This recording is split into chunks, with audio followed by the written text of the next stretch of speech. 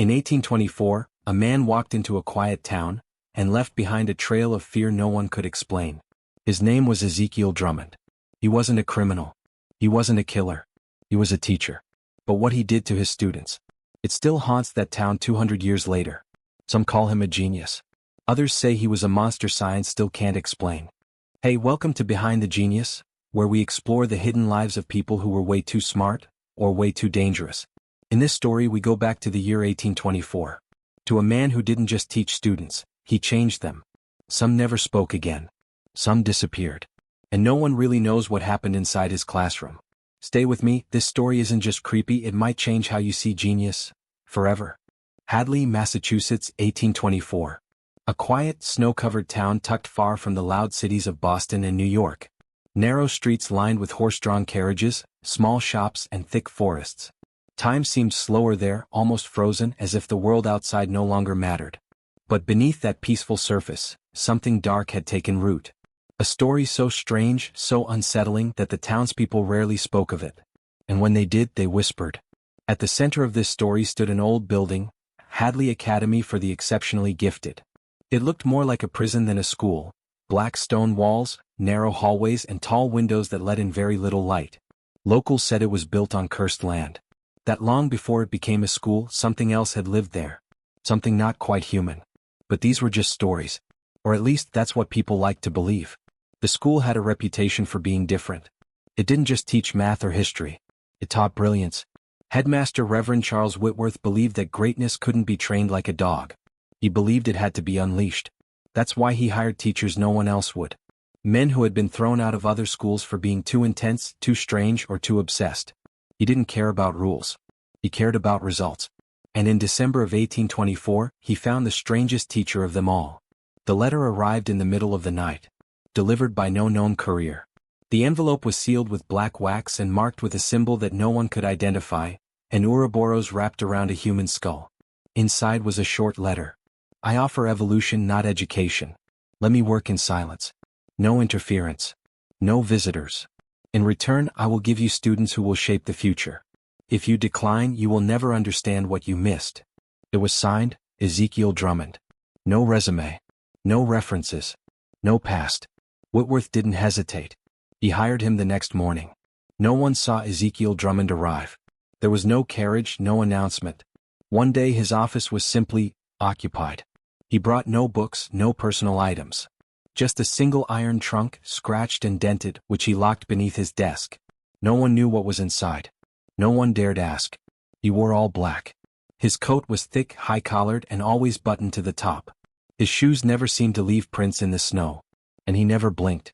At least not when people were looking. His eyes were a pale gray, nearly colorless, like something still forming. The students at Hadley were used to odd teachers. But Drummond was something else. He didn't speak often, but when he did, it felt like a command. His voice was calm, slow, and precise. Every word chosen. Every sentence a trap. And his classroom?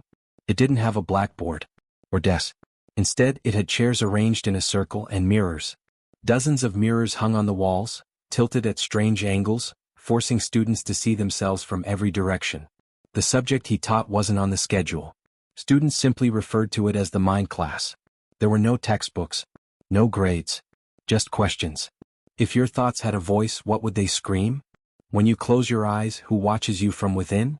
What memory do you pretend never happened? At first, the students were confused, then intrigued, then afraid. Some began losing sleep. Others became obsessed with strange drawings, spirals, symbols, and faces with no eyes. One boy was found repeating the same sentence for hours. He's inside my thoughts now. I can feel him rearranging them. Within the first month, 2 students disappeared. Their names were Samuel Price and Benjamin North. Both were bright, well-liked boys from respected families. The school claimed they had run away. No search parties. No letters home. Just 2 empty beds. The students were told to stay calm. But at night, many claimed they heard tapping inside the walls. 3 slow knocks. Always in the same rhythm. When they followed the sound, it stopped. And when they stood still, it started again. One student, Clara Winslow, wrote in her diary, "There's something in the walls. Or someone. We don't speak about it. If Drummond hears us, he stares too long. Like he's waiting for something." The Academy's doctor, Dr. Ernest Fields, began documenting strange changes in the students. Increased anxiety, night terrors, unexplained bruises. When he brought his concerns to Reverend Whitworth, the headmaster simply said, "Progress requires discomfort." Dr. Fields resigned 2 days later. He left town without saying goodbye. The classes continued. Then came the incident with Martha Bell, the cleaning maid. She had worked at Hadley for 10 years. Knew every hallway, every corner. But one night, while cleaning near Drummond's office, she heard him talking. Not loudly. Just a soft, low chant. But the words weren't English. They weren't even human. Martha listened for less than a minute. The next morning she was gone. Found 2 days later wandering the woods barefoot. Her hair was torn. Her eyes wide with terror. All she would say was, "He opened a door. It wasn't meant to open." When shown a sketch of Drummond, she screamed and clawed at the paper until it tore. After that she never spoke again. Her family moved her to a hospital outside the state. Still the school said nothing. Still the classes continued. By February, students began showing physical symptoms. Pale skin, shaking hands, bleeding from the nose. But none of them stopped attending Drummond's class. Some claimed they tried, but found themselves back in their seats without remembering how they got there. One student, Daniel Hurst, tried to leave the school. He packed his bags and made it to the edge of town. But he stopped in the middle of the road and stood there for 6 hours. When someone finally brought him home, he couldn't speak. Couldn't move. Just stared at the wall, whispering, "It's not a school. It's a cage. And he has the key." Drummond never explained his methods. Never changed his routine. Every class was the same: mirrors, silence, and questions that made the mind itch. Reverend Whitworth defended him to the end. He said Drummond was unlocking parts of the brain no one understood. That the pain was temporary. That greatness required sacrifice. But not everyone agreed. A small group of students began keeping secret notes. They wrote about their dreams. About shadowy figures watching them sleep. About hearing Drummond's voice in their heads even outside of class. They called themselves the Watchers. And they believed that Drummond wasn't just a teacher. They believed he was studying them. Not for education. But for something else. Something older. One of the Watchers, a girl named Eliza May, tried to confront Drummond. She asked him directly what his class was really about. He looked at her for a long time. Then said, "Not all questions want answers. Some just want to be heard." She vanished the next day. Her belongings were removed. Her name erased from the school ledger. When students asked about her, they were told she never existed. The walls of Hadley Academy grew colder. And Ezekiel Drummond kept teaching. No one knew where Ezekiel Drummond came from. Not the town. Not the school. Not even the man who hired him. Reverend Whitworth claimed he had never seen the man's face until the day he appeared in his office, already seated, already waiting, as if he had always belonged there. His name wasn't in any official record. No birth certificate. No university transcript. No letters of recommendation. And yet, when he spoke, it was with the authority of someone who had studied deeply, perhaps too deeply. He knew things no ordinary man should have known. And he didn't share where he'd learned them. It was said he came from Europe. Somewhere cold and forgotten. A place where men whispered to candles and built libraries underground. But no one could prove it. What they could prove, however, was that the moment Ezekiel Drummond walked into Hadley Academy, everything changed. Students began acting differently. Staff grew more distant. The air itself felt heavier, like the building was slowly filling with water. Drummond didn't speak often, but when he did, the room fell silent. His voice was soft but carried weight. Every sentence felt rehearsed, calculated, like he had already predicted your reaction. Some believed he could read minds. Others thought he simply understood people so well he didn't need to. His lessons were quiet, intense, and unsettling. He never wrote on a board. Never gave handouts. He just asked questions, deep, personal questions that made students uncomfortable. One boy left class sobbing. Another had a seizure. A girl named Lillian fainted when he asked her, "What are you pretending not to know?" Teachers noticed. But Reverend Whitworth told them to stay out of it. "Genius," he said, "looks like madness before it's understood." But Drummond wasn't just a man. He was an event. He was a shift in the atmosphere. He was change wearing a human face. In the weeks following his arrival, small changes began happening around the academy. Books moved on their own. Doors opened without wind. Clocks stopped ticking when he entered a room. Animals, usually dogs or birds near the grounds, avoided the school entirely. A gardener named Peter claimed he saw Drummond walking outside at night. But not walking on the ground, above it. Just slightly. A few inches. Like the earth no longer had full control over him. When asked about it, Peter was found the next day asleep in the stables, eyes wide open, whispering the phrase, "The sky listens to him." Drummond's personal quarters were off limits. Even the headmaster avoided them. A large iron lock sealed the door and no one ever saw him enter or leave. But sometimes at night, soft humming could be heard from behind the door. And once, a low growl, deep and inhuman. One teacher, Mr. Lawrence, decided to investigate. A skeptical man, he believed Drummond was just a clever manipulator. He stayed late one night and tried to pick the lock. The next morning he was found outside the gates of Hadley, covered in frost, clothes torn, muttering nonsense. He never returned. No one questioned Drummond again. Students who spent more time with him changed. Some became smarter, able to recite entire books from memory. Others became quieter, withdrawn, paranoid. One boy began writing in a language no one recognized, covering pages and pages and symbols. When asked what it meant, he said, "He's teaching me to speak before thought." There was a strange duality to Drummond. To some, he was a miracle. To others, a nightmare. But one thing was certain. He wasn't like the rest of them. And perhaps he never had been. Wherever he came from, it wasn't just another country. It was another kind of place, older than time, deeper than memory. A place where thought itself was a weapon. And Drummond had learned how to sharpen it. The townspeople began noticing changes too. More fog. Stranger weather. Animals behaving oddly. A sense that something beneath the surface of Hadley was stirring. But when they asked the school what was going on, they were told nothing was wrong. Everything was under control. But nothing was under control.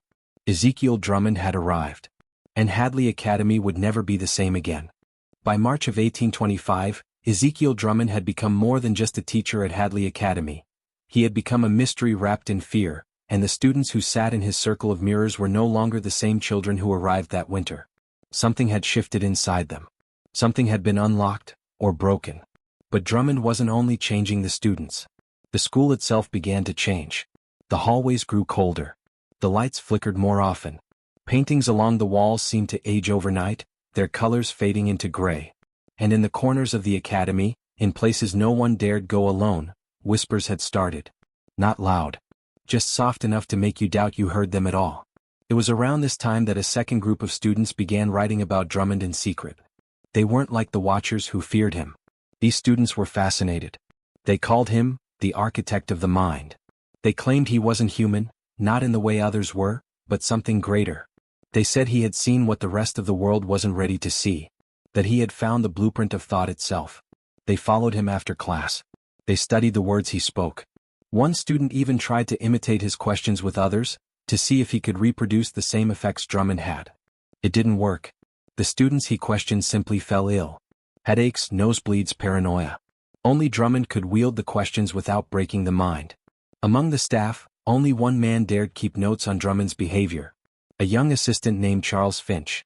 Quiet, curious, and often overlooked, Finch began recording Drummond's movements, conversations, and classroom methods in a private journal.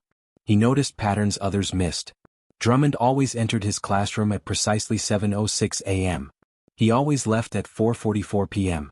He paused for exactly 6 seconds before speaking in every class. He never looked directly into the mirrors, only at the students. And every Friday he touched the mirror farthest to the left 3 times, slowly, like knocking. Finch believed this was some kind of ritual. One night, Finch hid inside a storage cabinet to watch Drummond after hours. He waited until the class ended and all the students had left. Drummond remained seated, staring at the mirror across from him. He didn't move. Didn't speak. For over an hour. Then, without warning, the mirrors began to vibrate. Not loudly, but enough to rattle the shelves nearby. The room grew cold. Finch, though hidden, said he felt something push against his thoughts, like an invisible hand trying to read his memories. Drummond finally stood up, placed his hand on the mirror, and whispered something. The mirror grew dark, as if the reflection had been wiped away, and for a moment Finch swore he saw another face staring back at Drummond. Not his. Not a student's. Something older. Finch left Hadley the next morning. In his journal, found years later, he wrote, "He is not teaching. He is reaching. The students are not pupils. They are keys. And he is unlocking something that should stay sealed." Meanwhile, the students who remained began acting more strangely. Some refused to eat unless seated in front of a mirror. Others claimed they were dreaming in voices, not images. A few began drawing the same symbol over and over, a circle made of jagged lines with a single vertical slit in the center. When Reverend Whitworth asked Drummond about it, the teacher responded simply, "They are remembering." Whitworth didn't ask again. One particularly bright student, Henry Lowell, who had once been a skeptic of Drummond's teachings, began isolating himself. He spent hours in the library reading books in languages he didn't previously know. He stopped talking to his friends. He wrote down strange formulas that seemed to mix math, music, and geometry. One day Henry disappeared. But unlike the others, he didn't vanish into thin air. He left a letter. Read. "I see it now," he showed me. "There is more beneath the skin of thought. More beneath the floor of the world. If I go deep enough, I won't need to return. I'll become thought itself." His shoes were found by the edge of a frozen pond. The ice was unbroken. His body was never recovered. The school began to fracture. Parents started pulling their children out. Some staff members resigned without warning. Yet Drummond remained, unchanged, unshaken, untouchable. Those who stayed began to accept the strange as normal. Students no longer questioned why their memories felt incomplete. They stopped noticing when clocks didn't work, or when they couldn't remember what they had for lunch the day before. They had entered his rhythm. And from the shadows behind Ezekiel Drummond's genius, something else had started to move. Hadley Academy was no longer a school. Not really. By April, it had become something else entirely. An experiment? A sanctum? A cage? That depended on who you asked, if you could still find anyone who dared to answer. Whispers of what was happening inside the school had begun to trickle into the town. At first, they were ignored, dismissed as superstition or the fear-mongering of overprotective parents. But stories have a way of growing legs, and Hadley's tales walked fast. Everyone had heard something. Students going missing, teachers resigning in silence, strange lights seen at night, or the sound of chanting echoing from the hills. One name always lingered at the center of it all: Ezekiel Drummond. What no one knew was that behind the thick stone walls of the academy, a different kind of lesson had begun. Drummond had shifted his focus. The questions he once asked aloud in his classes were now spoken only in whispers, barely audible, as if meant not for the ears but for the bones. His students would sit in perfect silence, their eyes glassy, their bodies rigid. 4 hours. Sometimes entire days passed without anyone leaving the room. Meals were brought to them. No one spoke. The mirrors were gone. In their place stood a tall, smooth monolith, black as coal, perfectly rectangular, with no markings. Where it came from no one knew. It hadn't been delivered. It simply appeared one morning and Drummond said nothing about it. The students began calling it the thinking stone. They were told to sit before it, to look into it, to project thought toward it. And according to one surviving student, Marianne Greaves, they began to feel the stone responding. It hummed, she wrote in a journal she later buried under floorboards. Not like a machine. Not like metal. It was a hum inside your thoughts. It remembered your fears. It knew what memory you were trying not to see. And it pushed until you saw it. Within weeks, some students began suffering seizures. One boy, Peter Harrow, collapsed and bit through his own tongue during a session with the monolith. Another, Abigail Finch, was found carving strange symbols into her own arms with the point of a compass. She claimed the monolith had shown her a dream of her future, a world where minds had no bodies. When Reverend Whitworth demanded answers, Drummond replied, "Pain is the tool. Memory is the door. You hired me to open it." But the experiments did not stop with the students. Drummond had begun using the school's lower levels, the ancient and used tunnels beneath the academy that dated back to the original estate that had once stood there in the 1700s. Generations of staff had ignored those tunnels. Some said they were cursed. Others said they led nowhere. Drummond saw them as something else: opportunity. Down there, away from the eyes of students and staff, he began assembling what he called the labyrinth of reflection. It wasn't made of stone but of mirrors. Hundreds of them. Some were cracked. Some were polished until they gleamed like still water. They were hung at odd angles, embedded in walls, suspended from ceilings. It was a maze of reflections, a chamber of endless versions of the self. Only select students were brought there. They were told to walk the labyrinth alone. No light but a single candle. No sound but their own breath. And they were told, above all, not to look into the mirrors too long. No one emerged from the labyrinth unchanged. Some forgot their names. Others began referring to themselves in the third person. One girl, Naomi Wells, came out speaking a language no one recognized. Another, Thomas Reed, returned with pure white hair and eyes that wouldn't dilate in the light. Marianne Greaves survived 2 trips. In her journal, she wrote, "I met myself in there. But it wasn't me. It was something else using my face. It asked me a question I still don't understand. Which version of you deserves to leave?" At night, the town of Hadley began reporting strange occurrences. Livestock found dead with no wounds. Trees that seemed to bleed sap the color of ink. Children speaking in voices far older than their years. And always 3 knocks echoing from the woods. 3 knocks. Back at the academy, Drummond students began creating strange machines. Not with blueprints but from memory. Devices made of gears, wires, bones. Machines that spun for hours without stopping. One created a box that, when opened, played whispers instead of music. The academy's few remaining staff members began to leave, one by one. Some in fear. Others in awe. Reverend Whitworth remained, though his sermons grew increasingly erratic. He began preaching about the age of the mind, about flesh being only the first cage. He claimed that Drummond had shown him the blueprint of eternity. No one ever saw the monolith moved. No one saw it touched. But when students vanished, it was always standing in a different part of the room. Then came the night of April 29, 1825. A fire broke out in the West Wing. Some say it started in the dormitory. Others say the library. But many believed it came from the labyrinth below. The flames were fierce but oddly controlled, as if guided. As if choosing where to burn. Drummond was seen standing in the middle of the courtyard watching it all. "Come." So. Some claimed he was whispering to the fire. Others said he was weeping. No lives were officially lost that night. But afterward, more than 20 students were simply gone. The monolith, too, vanished. No ashes. No rubble. Just empty space where it had once stood. The town believed Hadley Academy was destroyed that night. But the truth is the school reopened weeks later. Quietly. No announcements. No explanations. Just a new sign, fewer students, and no record of Ezekiel Drummond. But his office remained untouched. And on the desk, they say, sat a mirror. Cracked down the center. By May of 1825, Hadley Academy had become a place no one in town dared speak of out loud. Yet everyone felt it. A coldness in the wind. A tension in the birdsong. The strange way mirrors in their homes began to fog from the inside. And always, somewhere in the distance, the faint echo of 3 slow knocks.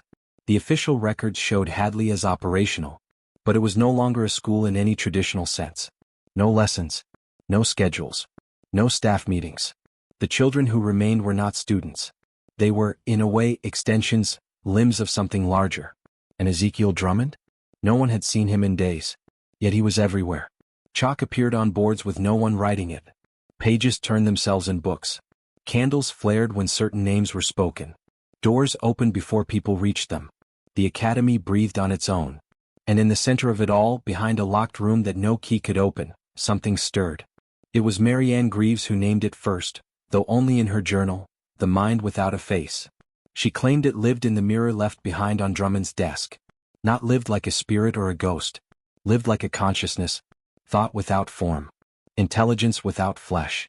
Something ancient that had found a way in through the cracks Drummond had made. She wrote, "We thought he was trying to teach us. To open us. But he wasn't the end. He was the door." According to her account, students began referring to it in whispers, never aloud. It had no name, only a sensation. Some described it as a pressure behind the eyes.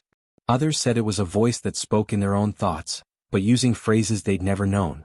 A few heard songs.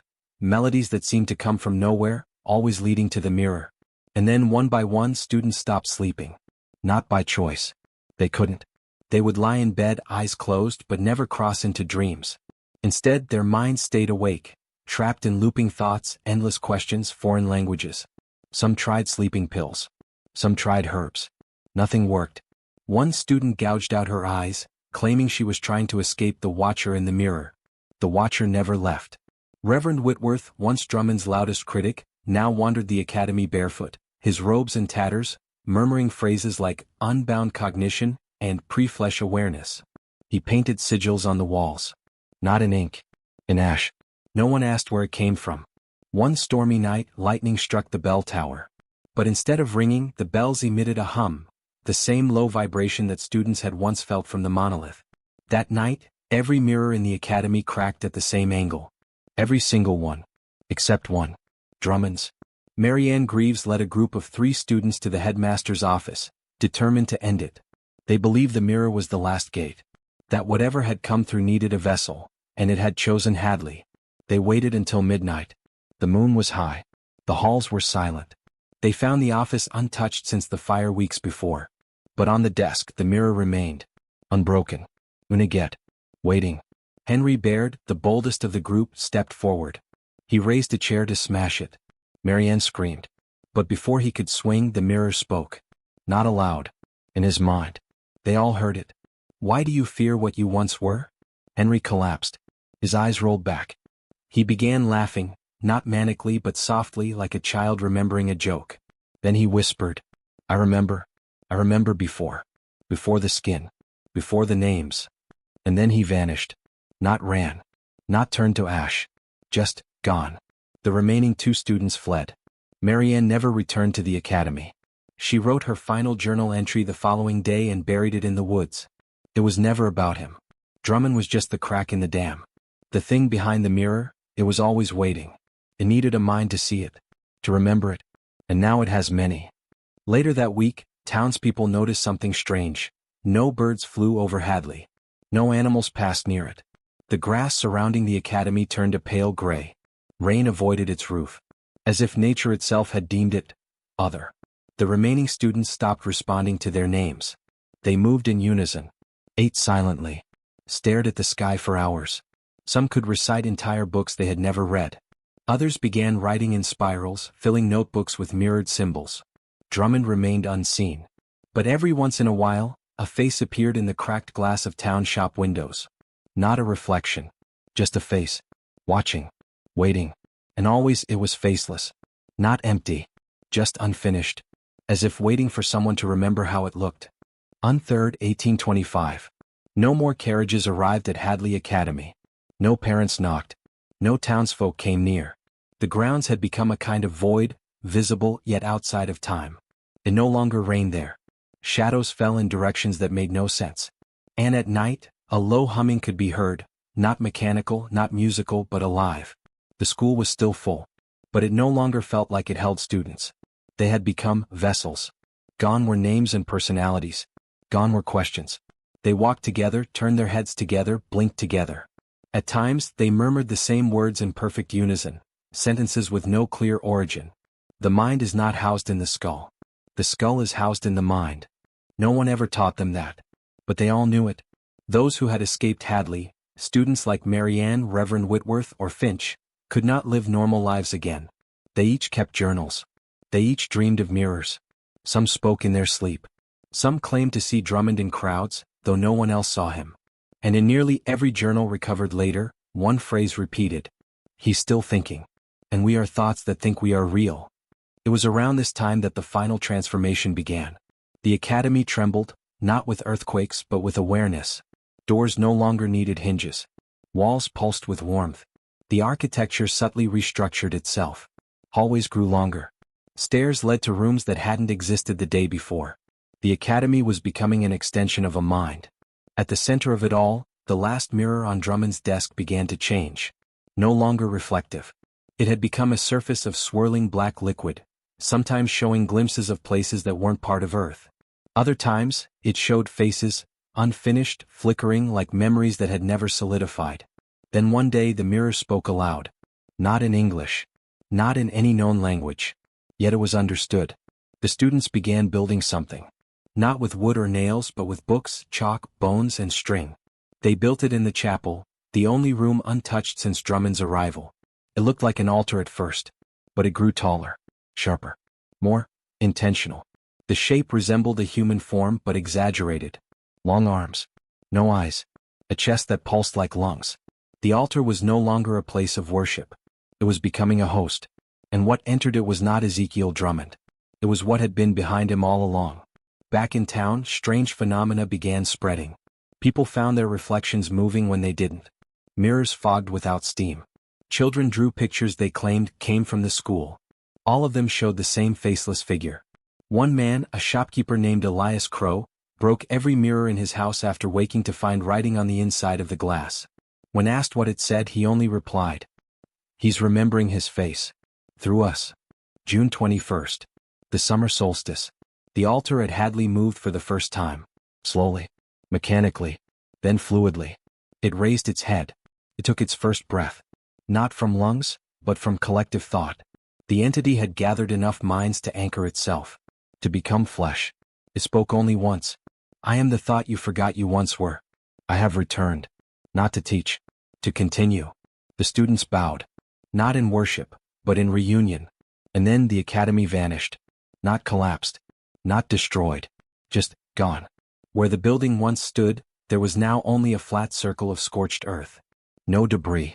No foundation. No sign it had ever existed. Except for one thing. A cracked mirror. Facing upward. Inside it, if you looked just right, you could see a school. Still filled with students. Still breathing. Still thinking. Waiting for the next mind to notice. Epilogue. In 1924, on the Academy's supposed centennial, a young child in Hadley began drawing spirals on his desk. When asked why, he said a man named Drummond told him to. In 1972, a researcher studying mass hysteria cited Hadley Academy's legend as a cautionary tale. Days later, he was found in a mirror maze, muttering about a shape that remembered him. In 2025, a podcast episode about forgotten schools accidentally aired static with hidden speech. A linguist decoded it. Read. Mind is mirror. Your glass. Is thought. Thought does not end. They say if you listen closely, if you ask the right questions, and if your mind is just open enough, you might hear him thinking back. And if you do, don't look in the mirror. And so, that was Ezekiel Drummond. A man who may never have existed in flesh, but who continues to exist in thought. Some say he's gone. Others say he's waiting. But one thing is certain. You'll never look in a mirror the same way again. If this story made your skin crawl or opened a door in your mind you can't quite close, then behind the genius is where you belong. Every week, we uncover stories that were never meant to be explained. Tales that slip through the cracks of science, history, and human logic. So if you want more like this, brain subscribe. Bell turn on notifications. Thumbs up, hit the like button.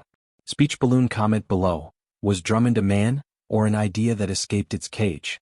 And remember, the next story may already be thinking of you.